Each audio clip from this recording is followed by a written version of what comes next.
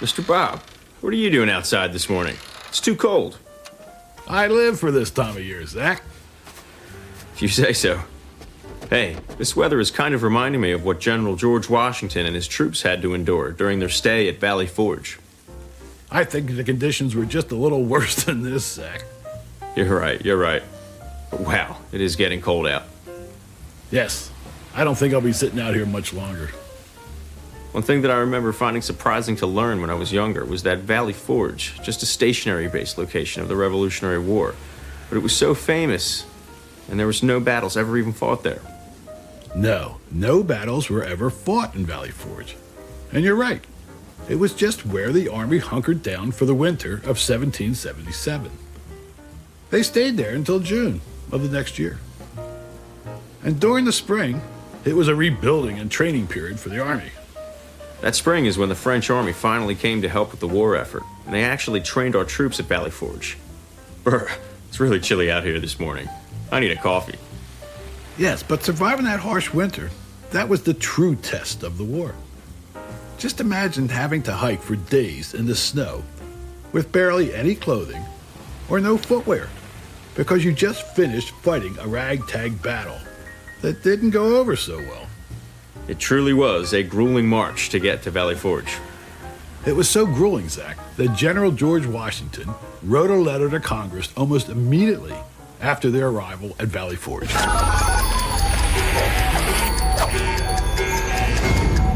You are listening to The World According to Mr. Bob, a historical fiction educational show based on true life events. Some sounds and language may be inappropriate. Listener discretion is advised.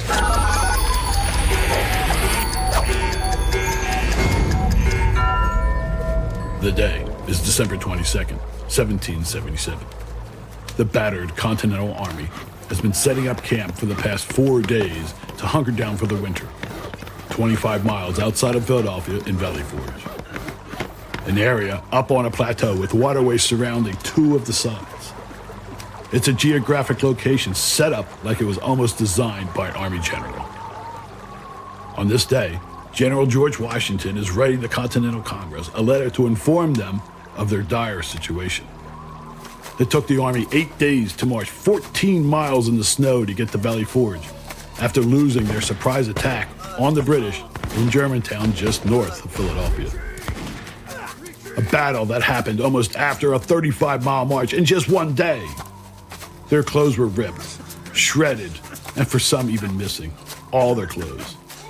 And several men had lost their shoes. Bloody footprints in the snow were all that were left behind from their march to Valley Forge. They had no food, had to forage only on what nature provided them along the way. The Army needed help from the Congress badly. They needed all types of supplies to be delivered. And already, only 4 days in, many men had already fallen ill from the chill of winter and the lack of food. George Washington writes, Dear Congress, I'm writing with much distress to see men without clothes to cover their nakedness, without blankets to lay on, without shoes by which their marches might be traced by the blood from their feet, and almost as often without provisions as with marching through the frost and snow, and at Christmas taking up their winter quarters within a day's march of the enemy, without a house or a hut to cover them, till they could be built. And submitting to it without a murmur is a mark of patience and obedience which, in my opinion, can scarce be paralleled. But these are dire times for my men. They are in much need of supplies, especially... Now, who is that? Hi, General George. Remember me? Oh, hello. Yes, weren't you on my boat crossing the Delaware River last year? I sure was. It's me, Johnny Franklin. We also met and talked about this whole situation before the war even started back in the tavern a couple years ago in Philly. Don't you remember? Ah, yes. I remember you now. You are Ben Franklin's cousin. Yeah, that's right. Ben's cousin. Nice to see you again, Donnie. But what are you doing here in Valley Forge? Well, General, I came to enlist in your army again. Where have you been? Why are you enlisting again? Well, you see, I didn't have much going on ever since I busted out of the prison that the British made inside Independence Hall. And... Wait, did you say a prison inside Independence Hall? That's right. You are aware that the British took control of Philadelphia, right? Yes, I am aware. Right. Well, they took control of Independence Hall for the Army General's offices. And they're also housing their captured men there. Exactly like a prison. This is awful news. What a disgrace. Just think, only months before I was inside that building, aiding in the outline for our new government. Yeah, well, the British are wintering in Philadelphia now, and they know you're out here for the winter. I overheard 2 redcoat officers talk about it. So when they let me out of prison for good behavior, I stole a horse and rode out here to Valley Forge. Man, the roads to get out here are in really bad shape. You stole a horse? And I'm not even going to ask what you did to get into prison. But please, Johnny, sit down. Grab something to read. I have to finish writing this letter to Congress about the dire situation here that my men are dealing with. Yeah, I saw how the troops are doing when I arrived. They look like they've seen better days. Yes, and that is why I need to finish this letter, Johnny. And with you here, it has just reminded me of a question I need to ask the Congress. Now, please, sit. Johnny grabs a book to read, and Washington goes back to writing the letter to Congress. I am also curious about the status of Ambassador Franklin. Has he made agreements with France for their support yet? Will they be sending backup troops? We really could... Oh, heaven almighty, who is it now? Oh, it's my aide-de-camp, Lieutenant Colonel Alexander Hamilton. Hey, you should be writing this letter to Congress, not me. Huh? What letter? I have come here to file a complaint. A complaint? What now? And yes, a letter to Congress asking for more aid and supplies. I might have you write a letter to the Congress of your colony, New York, and ask for more supplies from them as well. It is really bad here, and many men are very ill. Yes, good idea, but not today, sir. Today I need to file a complaint against a fellow officer. Officer Aaron Burr is making threats. I overheard him talking about mutiny, and frankly, General, he has become a nuisance. Okay, calm down for a minute. Don't be dramatic, Colonel Hamilton. I'm sure there is some misunderstanding. But sir! Now who is it? Come in. General Washington, Colonel Hamilton took my bayonet, and I want it back immediately. Well, come on in, Officer Burr. Officer Aaron Burr? You can't be in here. Can he be in here? How did you know I was in here? He's fine, Hamilton. And what can I do for you, Officer Burr? Relax, Alex. I saw you through the window. General Washington, I need my bayonet back now. General, this officer is not fit to be in control of a bayonet at all hours of the day. Who are you to tell me that I am not fit to be in control of my own bayonet? Can you believe this? I don't have to take this from you, a foreigner. Officer Burr, you will stop right now. Colonel Hamilton has been on this land for years now and has proven himself time and time again. He is a high scholar and he speaks fluent French, which I feel will come in handy very soon. Besides, you need to show more respect, Officer Burr. Respect? Respect for a man who confiscated my belongings? Officer Burr, you have not shown the proper maturity to handle a weapon like this. Your immature pranks on fellow troop members isn't going unnoticed. Who are you to say such things? I am a master marksman and more than capable. Enough! You two stop! My word, the two of you are like children. It's time to grow up. Unbelievable. Alexander, give Aaron his bayonet back. And Aaron, stop the pranks.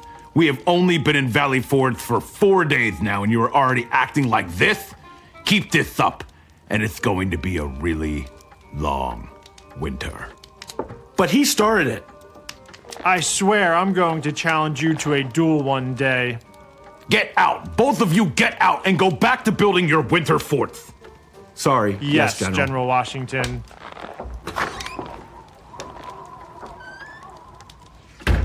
I don't think that they like each other very much.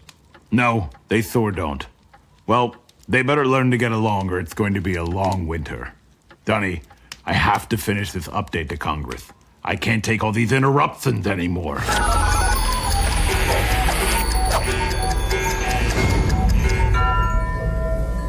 Wow. So Aaron Burr and Alexander Hamilton have been arguing for a long time.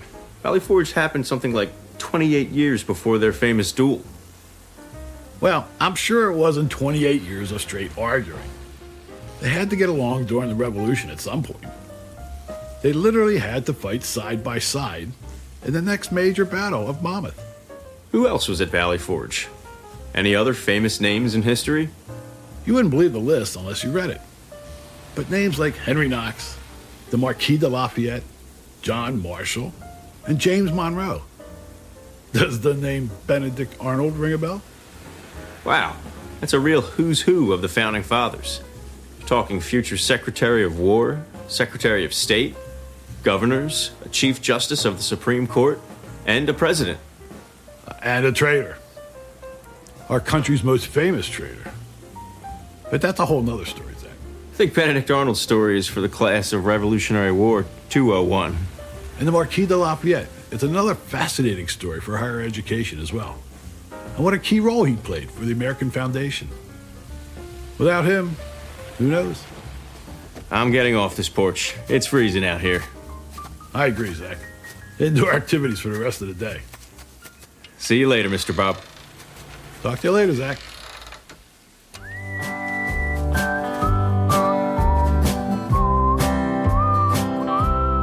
The World According to Mr. Bob is created, written, and produced by Bob Staniszewski and Adam Staniszewski, with associate producer Zach Kennedy.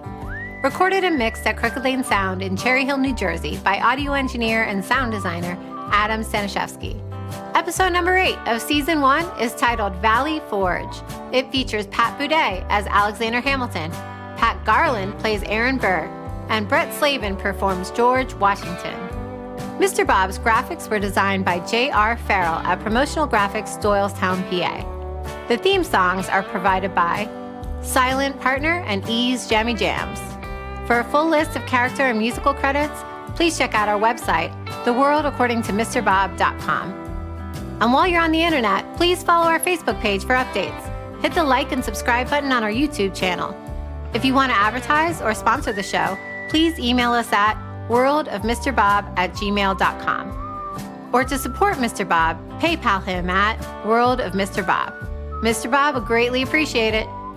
I'm Danielle Byrne, announcer extraordinaire. Thank you for listening, and please tune in to the next exciting episode of The World According to Mr. Bob. This has been a Moon Ranger production.